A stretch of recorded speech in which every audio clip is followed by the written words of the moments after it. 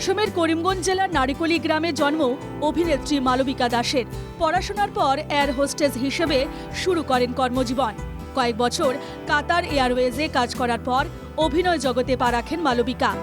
মুম্বাইয়ে তিখি চাটনি, দেখি আনদেখি, চরম সুখের মতো একাধিক ওয়েব সিরিজে অভিনয় করেছিলেন মালবিকা। আর সে অভিনয় সুবাদেই মালবিকা হয়ে যান নূর মালবিকা। কাজলের সঙ্গে দ্য ট্রায়াল ওয়েব সিরিজে কাজ করে যথেষ্ট খ্যাতি লাভ করেন তিনি।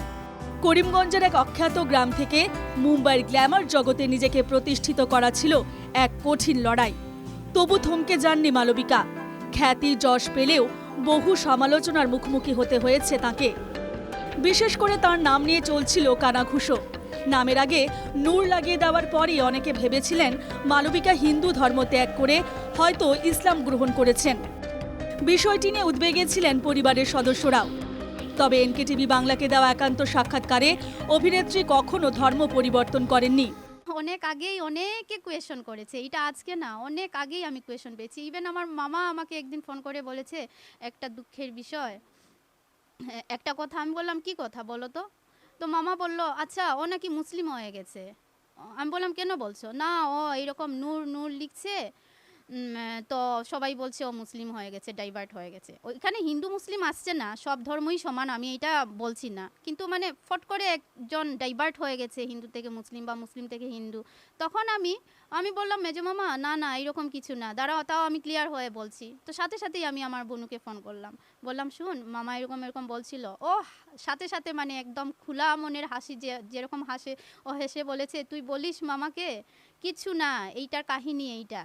ওদের তো মানে ওকে কয়েকটা চিরকুটের মধ্যে নাম লিখে দেওয়া হয়েছে। তো ওকে বলা হয়েছে আমাদের ইন্ডাস্ট্রিতে আসলে নামটা চেঞ্জ করতে হয় একটু। তো ওর মা বাবার আদরের দেওয়া নাম চেঞ্জ করতে ওর ইচ্ছে নেই। তো বলেছে আচ্ছা ঠিক আছে আমার ওই নাম থাকবে, ওই নামের আগে কিছু একটা লিখবো। তখন ওই চিরকুট থেকে একটা নাম উঠেছে, নামটাতে লেখা ছিল নূর। ব্যক্তিগত জীবনে সাফল্য পেলেও মালবিকা মানসিক অবসাদে ভুগছিলেন। আর সেই অবসাদ থেকেই চরম সিদ্ধান্ত, চরম সুখের অভিনেত্রীর। এমনটা সন্দেহ করা হলেও পরিবারের সদস্যরা বলছেন অন্য কথা। অনেকটাই দেখেছি, অনেকেই আমাকে, আমার আত্মীয় নিকট স্বজন সবাই এইটাই পাঠাচ্ছে যে নানান ধরনের কুৎসা, নানান মানে অনেক অনেক মিথ্যে কথা উঠছে, যেটা আমরাও জানি না মিডিয়া কিভাবে এত কিছু জানলো আমাদের কাছে না এসে। ওরা কোত্থেকে কি কালেকশন করে কি রিপোর্ট দিচ্ছে, অনেক কিছু মানে পাঠাচ্ছেন। তো আমরা দেখছি, এখন মানসিকতা এগুলো দেখান না। তাও বলছি আমি প্লিজ আপনারা মানে আমার ছোটো বোনের সম্বন্ধে কোনো ধরনের কুৎসা রটাবেন না। জানি না কি হয়েছে ওর সাথে, আমি বলতে পারবো না, কারণ আমি তখন মুম্বাইতে ছিলাম না। তবে ফ্যামিলি সাপোর্ট ওর সব সময় ছিল। উল্লেখ্য কয়েকদিন আগেই মুম্বাই থেকে করিমগঞ্জে ফিরে আসেন মালবিকার মা বাবা। মেয়ে হাসি খুশি ছিল। মালবিকা এমন কাজ করতে পারে তা তারা ভাবতেই পারেননি। স্বাভাবিকভাবেই মেয়ের মৃত্যুর খবরে ভেঙে পড়েছেন তারা। তাই মেয়ের শেষকৃত্যে মুম্বাই যেতে পারেননি মালবিকার বৃদ্ধ মা বাবা। মালবিকার বড় বোন জানান কিভাবে কি হয়েছে কিছুই জানি না, কিন্তু অকালে ঝরে গেল একটি প্রতিভা। দেখেন ওইটা আমি জানি না কিছু, আমি ওইটা বলতে পারছি না কিছু।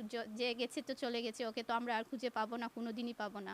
তবে ওইটা বলবো একটা ট্যালেন্ট গেছে, ওইটা আসামের হোক, বলিউডের হোক, টলিউডের হোক, যেই হুডের হোক না কেন, একটা ট্যালেন্ট গেছে। কারণ জীবনে অনেক স্ট্রাগল করে ওই জায়গাটা নিয়েছে, অনেক স্ট্রাগল করেছে ছোটবেলা থেকে। ও মানে একটু অন্য টাইপের। উল্লেখ্য গত 2রা জুন মালবিকার মা বাবা মুম্বাই থেকে অসমে ফিরে আসেন। 8ই জুন লখনওয়ালার ফ্ল্যাটে উদ্ধার হয় মালবিকার অর্ধগলিত ঝুলন্ত দেহ। ফাঁস লেগে আত্মহত্যা করেছিলেন মালবিকা।